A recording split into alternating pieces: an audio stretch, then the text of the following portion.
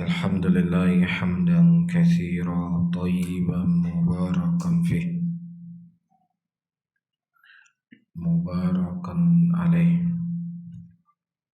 كما يحب ربنا ويرضى وأصلي وأسلم على نبينا الكريم محمد وعلى آله وأصحابه ومن تبعهم بإحسان إلى يوم الدين. أيها الإخوة والأخوات rahimani wa rahimakumullah. Kita akan lanjutkan kembali pembahasan kita di malam hari ini, yaitu hukum seputar musik, dan kita telah menukilkan hadis pada pertemuan yang lalu apa yang disebutkan oleh Imam Bukhari dalam sahihnya. Rasulullah mengatakan, la yakunanna min ummati aqwamun yastahilluna al-hirra wal haril wal khamra wal ma'azif. La yakunanna, akan ada dari sebagian umatku yang mereka menghalalkan zina, kemudian sutra, dan juga mengharamkan khamar dan alat musik. Hadis ini didhaifkan oleh Al-Imam Ibnu Hazm rahimahullah dengan beberapa alasan, yang alasan beliau semua telah kita sanggah dari ucapan Al-Hafidz Ibnu Hajar dan juga dari ulama yang lainnya, sehingga kritik Ibnu Hazm kepada Sahih Bukhari terkhusus hadis ini tidaklah pada tempatnya. Mungkin untuk bisa ingat-ingat, di antara kritikan Ibnu Hazm kepada hadis ini pada pertemuan yang lalu, ada yang ingat enggak? Ya, tangan. Tunjuk tangannya. Kalau tidak tunjuk tangan tidak dianggap. Apa bedanya untuk jawab tunjuk tangan dengan tidak tunjuk tangan? Ada yang boleh tunjuk tangan? Tidak jawab dah. Ewa terus kenapa hadis mu'alaq? Mu'alaqnya dari sisi mana?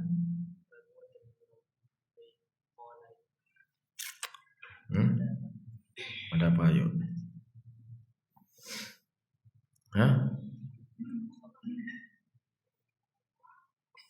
Insyaallah mungkin kita akan baca kitab Baiquniyah insyaallah, biar antum punya gambaran sedikit tentang ilmu hadis.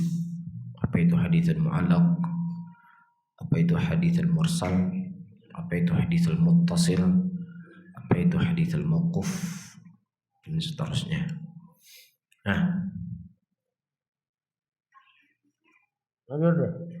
Pas. Dia apa?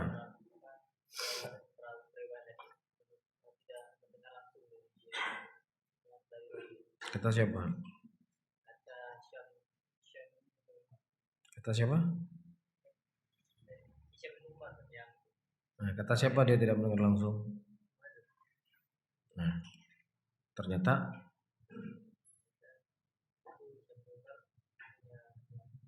baik. Pertama, argumentasinya Ibnu Hazm rahimahullah, hadis tersebut Imam Bukhari menyebutkan qala Hisham bin Ammar haddatsana Sadaqah ibnu Khalid. Ini dari sisi siyak, dari sisi bentuknya ini haditsul mu'allaq. Haditsul mu'allaq adalah hadis yang diriwayatkan oleh syekhnya muallif, ya, yang berarti terputus sekian sanad di situ. Misalnya Bukhari mengatakan qala al-Bukhari rahimahullah qala Malik. Imam Bukhari ketemu enggak dengan Imam Malik? Beliau tidak ketemu dengan Imam Malik. Ada di sini yang terputus sanadnya. Nah, begini juga alasan Ibnu Hazm. Imam Bukhari menyebutkan qala Hisham bin Ammar. Beliau tidak mengatakan haddatsana, tidak mengatakan sami'tu atau haddatsani atau akhbarani.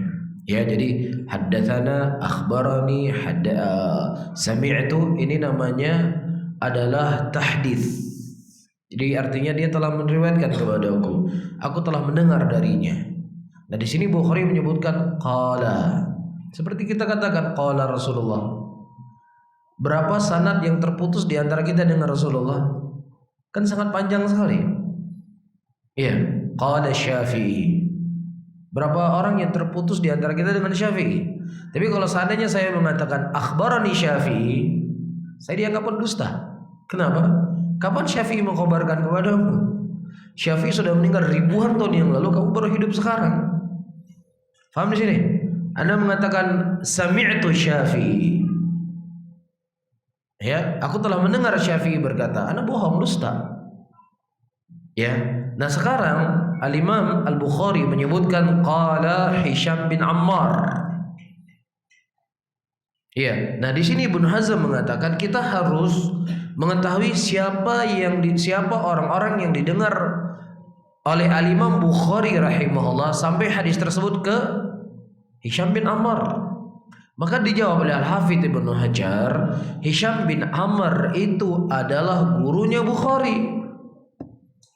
Walaupun dia menggunakan dengan sighah qala, maka itu makna juga mendengar dari Hisham bin Ammar karena dia bagian dari gurunya. Bisa difahami? Ada apa tulis? Enggak ada ya? Sampai sini faham? Jelas ya? Kemudian yang kedua, Ibnu Hazm mengkritik ketika Bukhari menyebutkan atau ketika Bukhari menukilkan dari Abdurrahman bin Ghanam al-Ash'ari, qala haddatsani Abu Amir atau Abu Malik al-Ash'ari. Jadi rawi yang meriwayatkan dari sahabat Abu Amir ataukah dari Abu Malik, dia ragu. Dia ragu apakah dia mendengar dari Abu Amir ataukah dia mendengar dari Abu Malik. Ini yang menjadi alasan Ibnu Hazm rahimahullah kenapa beliau mendhaifkan hadis ini. Maka kita jawab secara kaidah ilmu hadis, jahalatus sahabah la yadur. Ketika tidak diketahui sahabat A atau sahabat B atau sahabat C atau sahabat D atau sahabat E yang meriwayatkan hadis tersebut tidak memudaratkan hadis. Karena seluruh para sahabat itu apa? Udul. Apakah di situ Abu Bakar, apakah di situ Umar, apakah di situ Aisyah, apakah di situ Abu Hurairah, ataukah Ibnu Umar, ataukah Ibnu Mas'ud, ataukah Ibnu Abbas, tidak berpengaruh apapun.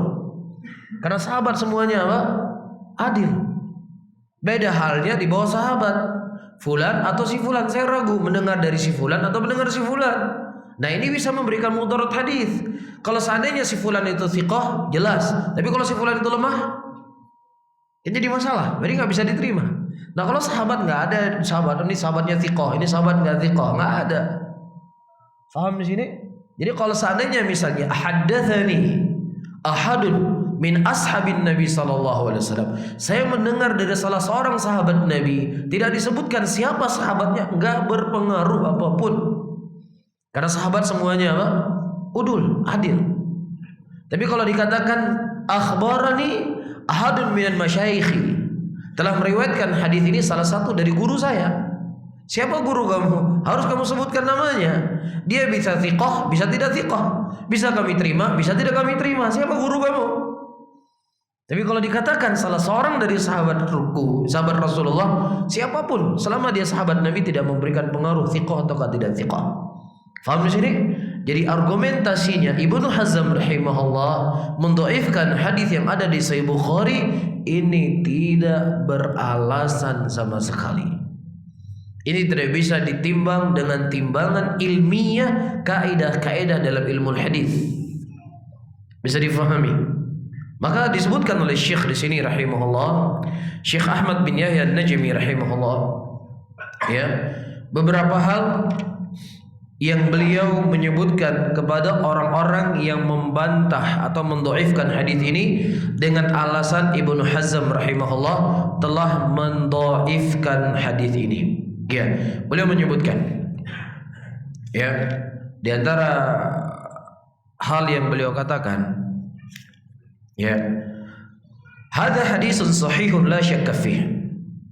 Hadis ini adalah hadis yang sahih kata Syekh, tidak ada keraguan sama sekali. وقد صح على قواعد الحديث التي أسس سلف الأمة وخير قرونها. Ya, dan telah sahih dari kaidah-kaidah ilmu hadis yang para ulama salaf telah menyebutkan pondasi kapan sebuah hadis itu diterima. Ya. Nah, apa yang dinukilkan oleh Bukhari dalam hadis ini tidak ada satupun sisi kecacatannya. Tidak ada sedikit pun kekeliruan Bukhari dalam hadis ini yang kemudian hadis ini bisa dikatakan sebagai hadis yang lemah. Nah, kalau seandainya kamu menerima hadis yang ada dalam Sahih Bukhari dalam perkara yang lainnya, kenapa kamu tidak menerima hadis di sini? Apa alasannya? Apa alasan kamu, apa argumentasi kamu? Hadis dalam Sahih Bukhari kamu terima semuanya, kenapa ini kamu tidak terima? Kenapa? Lah kalau alasannya apa yang disebutkan tadi, maka kita sudah menjawab. Nah, jahalatus sahabat la yadur. Kemudian jahalahnya sahabat, tidak diketahui siapa sahabatnya dalam sebuah hadis itu tidak memudaratkan. Ini kaidah ilmu hadis yang telah disepakati oleh seluruh para ulama Islam. Nah, kalau seandainya di hadis ini kamu tidak menerima jahalatus sahabat, maka lazimnya juga engkau harus menolak sekian banyak hadis yang di situ hanya disebutkan nama salah seorang dari sahabat Nabi, tidak disebut siapa nama sahabatnya. Bisa difahami? Sehingga di sini akan terjadi itirabat dari kalangan mereka ketika menolak hadis ini dengan alasan apa yang disampaikan oleh Ibnu Hazm rahimahullah. Ya, dan Ibnu Hazm rahimahullah, beliau adalah seorang alim dari ulama. Kata Syekh, amma Ibnu Hazm fa basyarun yukhti'u. Ibnu Hazm dia seorang manusia, dia bisa salah, dia bisa benar. Walam yadhhar lahu ma dhahara lak. Ya, dan mungkin ketika itu Ibnu Hazm rahimahullah, beliau tidak nampak apa yang dijelaskan oleh Al-Hafidz Ibnu Hajar tentang hadis tersebut. Dan kalau seandainya Ibnu Hazm rahimahullah masih hidup di zaman sekarang dan beliau mendengarkan apa yang disebutkan oleh Al-Hafidz Ibnu Hajar dari kritikan beliau kepada hadis ini, maka kita akan mengetahui Ibnu Hazm akan menerima hadis tersebut, tidak akan menolaknya, karena kita ketahui Ibnu Hazm punya usul, punya kaidah-kaidah bagaimana beliau menentukan sebuah hadis itu sahih. Iya, mungkin ada sesuatu yang tersamarkan dari beliau, ada sesuatu yang tidak diketahui oleh beliau. Kalau seandainya dijelaskan dan dipaparkan kepada Ibnu Hazm kekeliruan beliau di dalam memahami hadis ini, maka niscaya beliau akan menerimanya. Lah kamu apa yang kamu tinggal, apa yang kamu tunggu? Bisa difahami? Ini kata Syekh. Yang ketiga, kalau seandainya pun hadis inilah hadis yang lemah, sudah kita sepakat hadis ini adalah hadis yang lemah sebagaimana difatwakan oleh Ibnu Hazm rahimahullah. Namun hadis tentang pengharaman musik itu bukan hanya hadis ini saja. Bisa difahami? Bukan hanya hadis ini saja. Dan Syekh Ahmad bin Yahya An-Najmi rahimahullah, beliau menukilkan beberapa hadis-hadis yang lain. Di antaranya hadis yang diriwayatkan oleh Imam Tirmidzi rahimahullah, ya, dari Aisyah radhiyallahu taala anha, dengan sanad di dalamnya ada Abdullah bin Umar Al-Umari, dan dia adalah orang yang dibicarakan tentang hafalannya. Ya, namun hadis ini dari sisi sanad adalah hadis yang lemah karena di dalamnya ada seorang rawi yang bernama Abdullah bin Umar Al-Umari, namun dikuatkan dengan hadis-hadis yang lain yang akan kita baca. Ya, nah hadis sahih, dhaif ketika dikumpulkan sekian jalan, maka hadis itu naik menjadi hasan li ghairihi. Ya, jadi perlu untuk mengetahui urutan hadis. Urutan hadis yang paling rendah itu hadisun maudhu. Ya, hadisun maudhu walaupun ada 1000 jalan, ada 1000 jalan yang sanadnya itu kembali kepada satu orang, maka hadis tersebut tidak berpengaruh dengan banyaknya jalan tersebut, tetap maudhu. Faham? Makanya banyak orang-orang terkadang mengkritik Albani. Syekh Albani rahimahullah, beliau menulis sebuah kitab Irwaul Ghalil. Kitab Irwaul Ghalil adalah kitab takhrijul ahadits ya, yang dimiliki oleh mazhab Hambali. Ya, dan Syekh Albani juga mempunyai kitab, beliau mentakhrij semua hadis-hadis yang ditulis oleh Al-Qardawi, Yusuf Qardawi. Yusuf Qardawi punya satu kitab namanya Halal dan Haram. Ya, kitab Qardawi, antum yang dulu mungkin aktivis Ikhwan Muslimin, kitab ini kitab rujukan utama. Halal dan Haram miliknya Yusuf Qardawi. Syekh Albani rahimahullah, bagaimana cara beliau membantah kitab Yusuf Qardawi?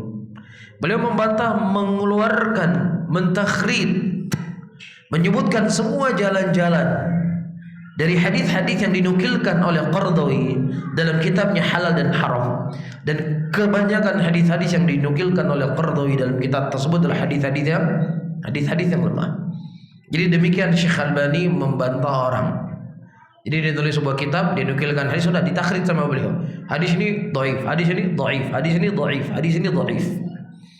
Makanya Syekh Albani rahimahullah salah seorang dari alim ulama yang paling dibenci oleh kalangan ahlul bidah. Ya, padahal ucapan-ucapan beliau kepada ahlul bidah tidak sebanyak ucapan daripada ulama yang lainnya. Tetapi beliau membongkar kebidahan dari kalangan ahlul bidah dari sisi dalil-dalil yang mereka gunakan, ya, dibongkar oleh Syekh Albani. Ternyata pegangan mereka adalah hadis maudhu, hadisul palsu, hadis dhaif, hadis lemah, dan seterusnya. Bisa difahami ya? Nah, banyak orang terkadang mengkritik Albani dalam kitab takhrijnya beliau. Apa itu Albani? Ya, dia hanya menyebutkan 3 jalan saja dalam kitabnya. Sementara hadis ini ada sekian jalan yang lainnya yang tidak dinukilkan oleh Albani. Jadi agak repot saya berbicara ya. Tapi insya Allah kalau antum sudah punya muqaddimah tentang ilmu hadis, insya Allah akan nyambung. Iya. Baik. Kemudian ayyuhal ikhwah rahimani wa rahimakumullah, di dalam ilmu hadis itu ada namanya makhrajul hadis. Makhrajul hadis. Iya. Misalnya sekarang fulan an fulan dari B, satu jalan, larinya ke si B. Kemudian fulan an fulan ini lain-lain lagi dia. Fulan an fulan larinya ke si B lagi ujungnya. Makhraj hadis. Ada jalan lagi, fulan an fulan larinya ke si B lagi. Fulan an fulan larinya ke si B lagi. Si B ini adalah pendusta. Faham?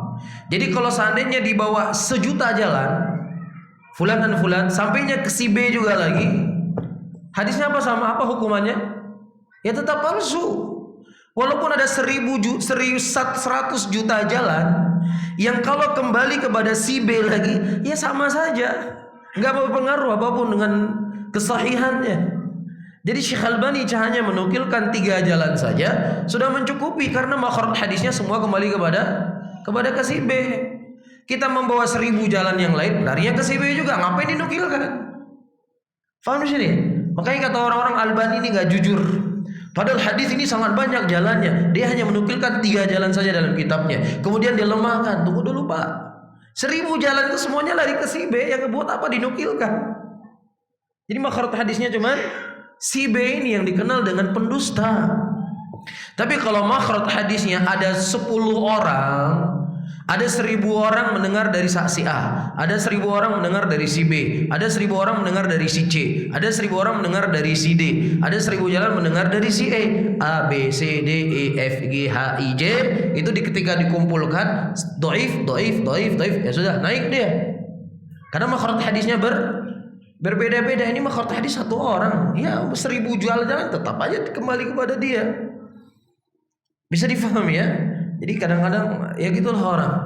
Kadang mengkritik sesuatu bukan pada tempatnya. Faham ya? Insyaallah nanti kita belajar ilmu hadis, kita pakai papan tulis. Biar ada gambaran. Jadi ketika ada pembahasan seperti ini, mudah untuk kita berbicara, mudah untuk saya menyampaikan atau ustaz-ustaz lain menyampaikan, tidak perlu menyebutkan muqaddimah yang terlalu banyak. Bisa difahami ya? Baik. Iya. Kemudian hadis itu lemah.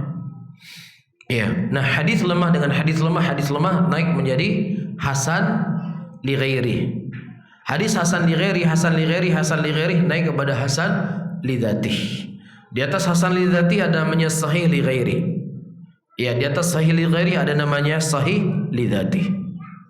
Ini urutan-urutan ilmu hadis, derajat sebuah hadis. Faham ya?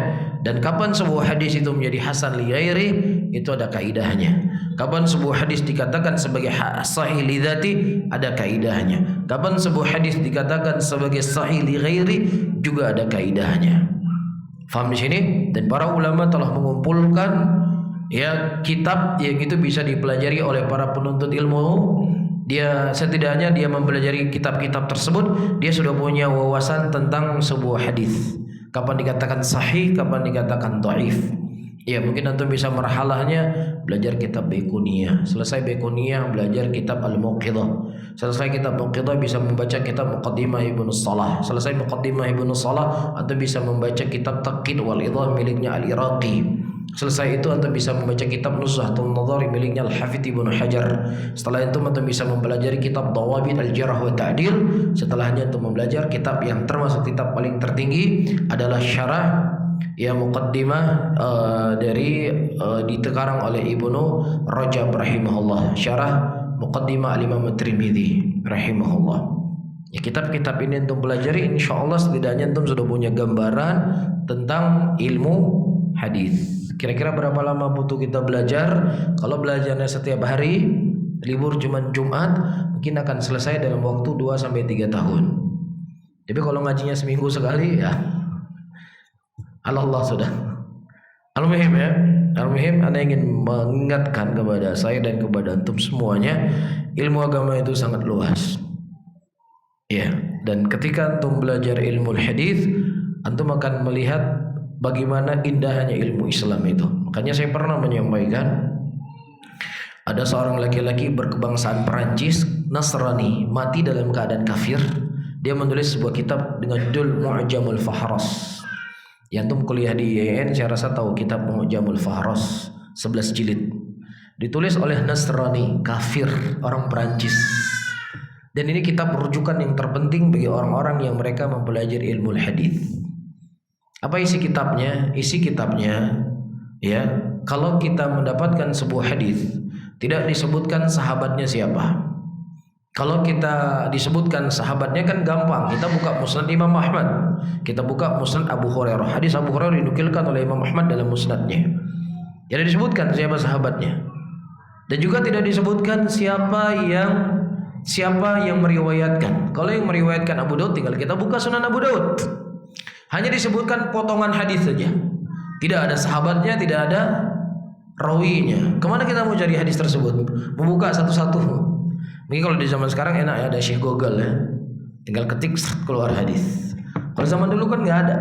Nah, dia menulis kitab Fahras Fihris. Fihris itu daftar isi. Jadi kita dapat hadis misalnya, Nadharan Nabi sallallahu alaihi wasallam ila sama. Rasulullah sallallahu alaihi wasallam melihat ke langit. Ya, kita ambil kitab Mu'jamul Fahras miliknya Nasrani ini, huruf nun. Kita ambil huruf nun, lihat nadhara, ditulis itu nadhara Nabi sallallahu alaihi wasallam ila sama. Itu terus hadis ini diriwayatkan oleh fulan, sahabatnya dari fulan. Siapa yang menulis? Nasrani. Kenapa dia sempat menulis hadis? Karena memang ilmu hadis itu ilmu yang sangat luar biasa. Cuman yang jadi masalah, kita orang Islam sudah terlalu sibuk belajar ilmu dunia. Iya, atau kalaupun ada agamanya masih sekedar seremonial saja. Tidak masuk kepada hakikat dinul Islam itu sendiri. Bisa difahami oleh ikhwah? Jelas ya?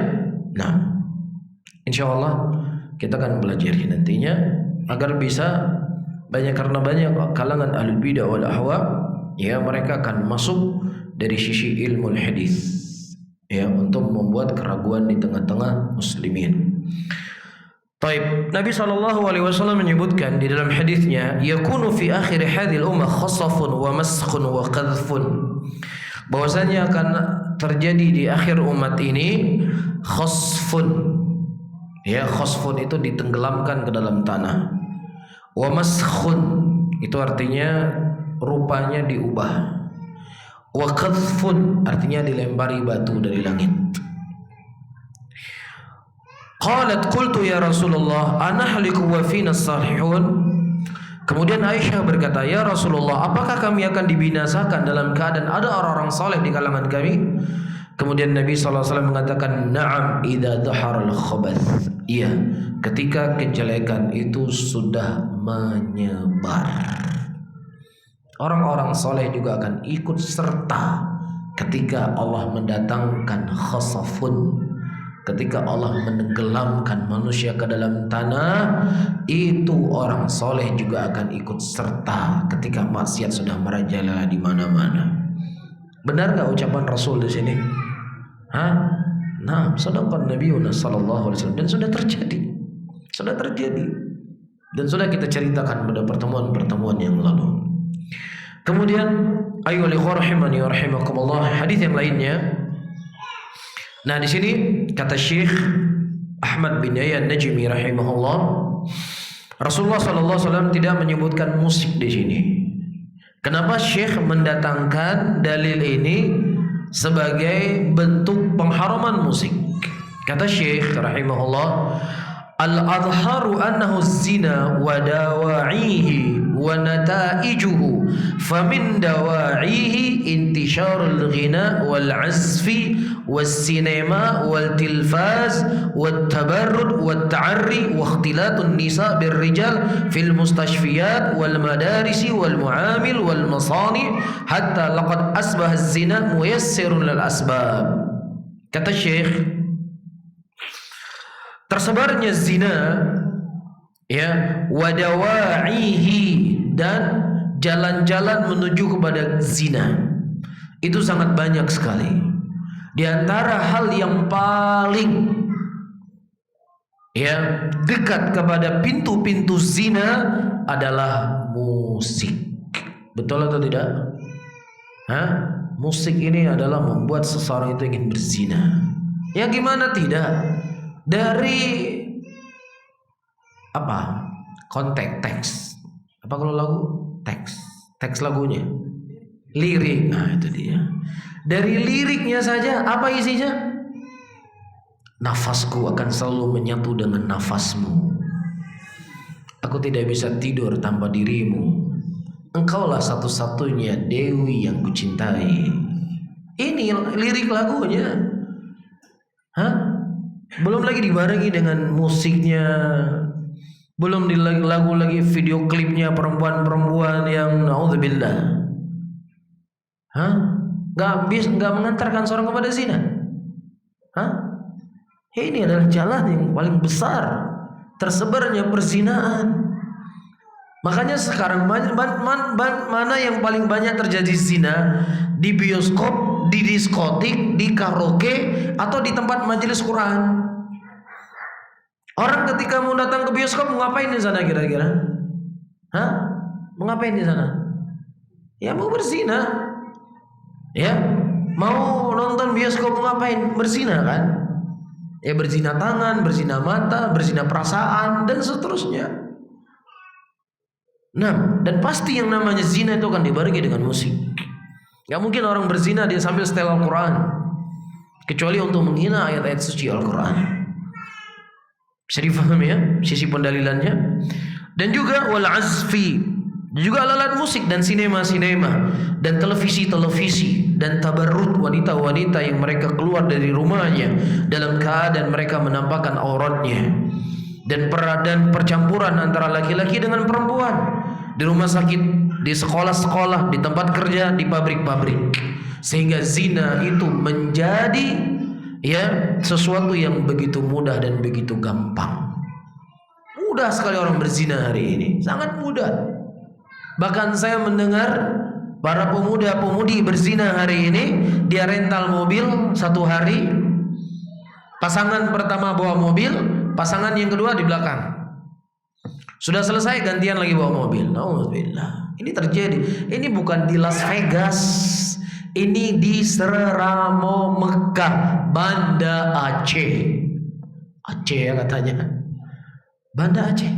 Ini kerjaan orang. Bahkan tidak sedikit kita dapatkan ya berita ada orang yang berzina di parkiran masjid. Beberapa waktu yang lalu berita, ini sudah agak lama.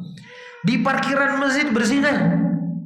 Ketika didapat, si perempuan sudah ada suami, si laki-laki sudah ada istri. Ini di Aceh loh, di depan masjid, bukan di depan gereja, depan masjid. Kenapa bisa terjadi sampai di sini? Karena ikhtilat di mana-mana. Laki-laki begitu mudah berkomunikasi dengan perempuan. Si perempuan juga begitu mudah berkomunikasi dengan laki-laki. Sudah tidak ada penghalang, sudah tidak ada pemisah. Akhirnya terjadilah apa yang terjadi. Iya. Tidak ada ketenangan dalam kehidupan. Ketika kita melanggar dari aturan dan syariat Allah, kita sendiri yang memudaratkan diri kita. Si ibu-ibu ketika kita bahas masalah hijab, masalah jangan berkomunikasi, jangan salam-salaman, itu biasanya pasti menyindir. Tapi ketika suami ibu-ibu diambil sama perempuan lain, nah makan tuh. Kenapa? Ya karena ada kebebasan tadi. Iya, datang tamu, si suami si istri duduk di situ, ya suami dan istri orang duduk di sana. Iya, si suaminya lagi bicara, yang si ibu lihat si bapaknya, masya Allah, senyum-senyum. Akhirnya apa? Terus lewat WhatsApp. Sudah tambah lewat WhatsApp, terus ketemuan. Terus terjadi zina. Makanya Islam datang dipisahkan laki-laki dengan perempuan untuk menjaga kehormatan kita sendiri. Untuk menjaga suami ibu-ibu, itu menjaga istri bapak-bapak, untuk menjaga putri-putri ibu bapak-bapak sendiri. Tapi kalau dibebaskan, perempuan satu kelas di kampus, di sini laki-laki, di sini perempuan. Perempuannya keluar kapaus pakai minyak wangi, pakaian yang indah, kulitnya halus. Laki-laki duduk di sampingnya. Kira-kira bersyahwat nggak? Bersyahwat nggak? Wah Ustaz, saya nggak bersyahwat. Nggak normal berarti kamu. Masa di samping perempuan baunya wangi, kulitnya halus, wajahnya cantik, duduk di samping nggak bersyahwat saya Ustaz. Iman saya kuat. No, bukan iman ente kuat, ente nggak punya syahwat. Kan seperti itu. Rasulullah SAW ketika beliau keluar dari rumah beliau melihat wanita, beliau pulang ke rumahnya mendatangi istri-istrinya. Gimana kemudian digabungkan laki-laki dengan perempuan? Nanti ketika anaknya berzina, baru nangis, baru sedih. Iya, guru-guru pada repot, ini gimana ini sudah hamil. Ya gimana ente yang buat jalan seperti ini? Faham di sini? Makanya dari jalan orang-orang kafir, ya untuk menghancurkan Islam dan muslimin, mereka mencampur adukan laki-laki dengan perempuan di semua tempat. Dan mereka sudah berhasil. Mulai dari tempat walimahan. Coba sekarang antum buat walimahan, jangan campur laki-laki dengan perempuan. Diprotes enggak? Siapa yang protes? Orang Islam atau orang kafir? Orang Islam yang protes. Bah desyak dan gue ilum dengan masalah. A'udzubillah. Tsumma na'udzubillah. Iya, orang kafir berhasil sudah menjajah kita. Jadi kalau dibuat pisah laki-laki dengan perempuan sudah jadi aneh. Seakan-akan ini membuat sesuatu yang haram. Perzinahan di mana-mana. Belum lagi wanita-wanita datang dari daerah kuliah di Banda Aceh, ngekos di sini. Wala bapak, wala ibu, HP di tangan. Iya enggak? Jam 1 malam chattingan. Ya udara sudah dingin, udara sudah sepi, ya chattingan laki-laki dengan perempuan kan sudah aneh-aneh sudah. Ya enggak? Ya sudah mulai menjurus. Lah ketika hatinya sudah terpenuhi dengan syahwat, ya sudah, kamu ke rumah saya. Ibu kos sudah tidur. kunci kamar tinggal dibuka, selesai. Terjadi apa yang terjadi? Ya enggak? Perzinahan di mana-mana. Perzinahan di mana-mana. Mungkin kalau dibuat penelitian, ya 60% mungkin orang sudah hilang perawannya. Dulu kan kita dengar di Amerika kan? Di mana kita dengar? Ketika kita masih SD tahun 80-an, itu di Amerika itu sulit kita cari perempuan yang perawan. Di Amerika. Hari ini apa? Di tempat kita. A'udzubillah. Tsumma na'udzubillah. Dan Rasul sendiri telah mengkhabarkan, ya, akan dihalalkan yang namanya perzinahan. Di antara jalan perzinahan adalah ikhtilat, bercampur laki-laki dengan perempuan. Bisa difahami? Nah, inilah yang sebenarnya harus dijalani.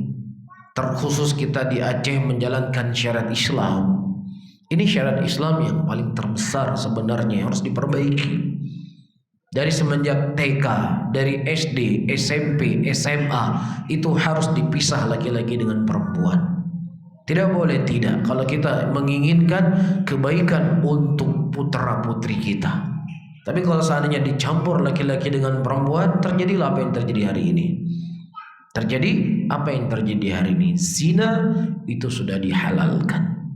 Bahkan terkadang ada orang Islam tidak jadi sekolah ke sekolah yang itu memisah laki-laki dengan perempuan. Wah, nggak mau saya sekolah anak saya di situ, ekstrim kali. Masa laki-laki pisah sama perempuan? Na'udzubillah. Ini terjadi loh, ya, oleh orang Islam sendiri. Padahal kan sering kita sampaikan, di sholat saja kan dipisah kita laki-laki dengan perempuan. Ini sholat nih di masjid dipisah pakai tirai. Lah kenapa di luar masjid buka tirai? Ya enggak? Secara logika, coba untuk berpikir secara logika. Rasulullah mengatakan sebaik-baik soft bagi laki-laki yang paling depan, sebaik-baik soft bagi perempuan yang paling belakang. Semakin jauh laki-laki, semakin jauh dengan perempuan dalam sholatnya, semakin apa? Semakin baik. Sholat itu ada ngobrol enggak? Ada ketawa ketiwi enggak? Enggak ada. Ada saling memandang atau tidak? Enggak. Nah, ketika nggak saling memandang saja, semakin jauh semakin baik. Maka tentunya di luar sholat itu harus lebih dipisah laki-laki dengan perempuan. Bisa difahami di sini? Nah, wallahu taala alam bissawab. Mungkin ini yang bisa kita sampaikan. Insyaallah kita lanjutkan pada pertemuan yang akan datang. Hadis-hadis yang lain yang datang dari Nabi Muhammad sallallahu alaihi wasallam. Sehingga ayo ikhwah, fitnah musik ini dari kecil sampai orang sudah tua 70 tahun 80 tahun masih Masya Allah, ya. Sehingga ini hal harus diingatkan di tengah-tengah muslimin, harus diingatkan, harus disebarkan, ya, karena ini salah satu penyebab bencana, ya. Allahu ta'ala alam. Mungkin ada sesuatu yang mau disampaikan atau ditanyakan, silakan. Sudah ada? Sudah? Belum ada? Ada pertanyaan? Kalau tidak ada pertanyaan, kalau tidak, nah silakan Iqbal. Ya.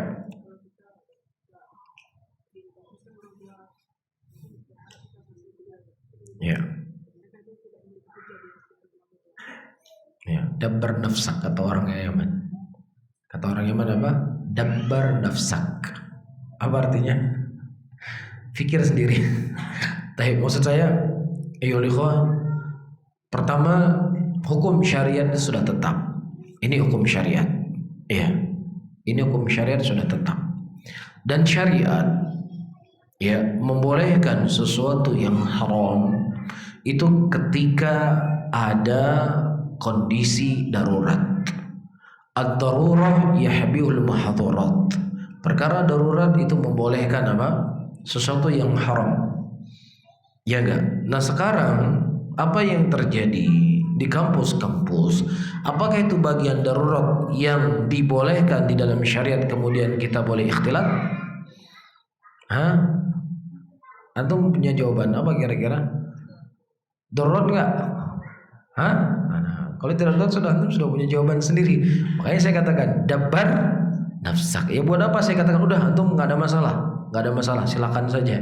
Oh, saya nggak dapat untung di yaumul qiyamah ditanya sama Allah. Kan rugi saya sendiri. Paham ya? Yang jelas ini kondisi, ini keadaannya. Antum memikirkan gimana cara antum ya menghindar dari itu semuanya. Ya antum punya cara, gimana caranya? Paham ya?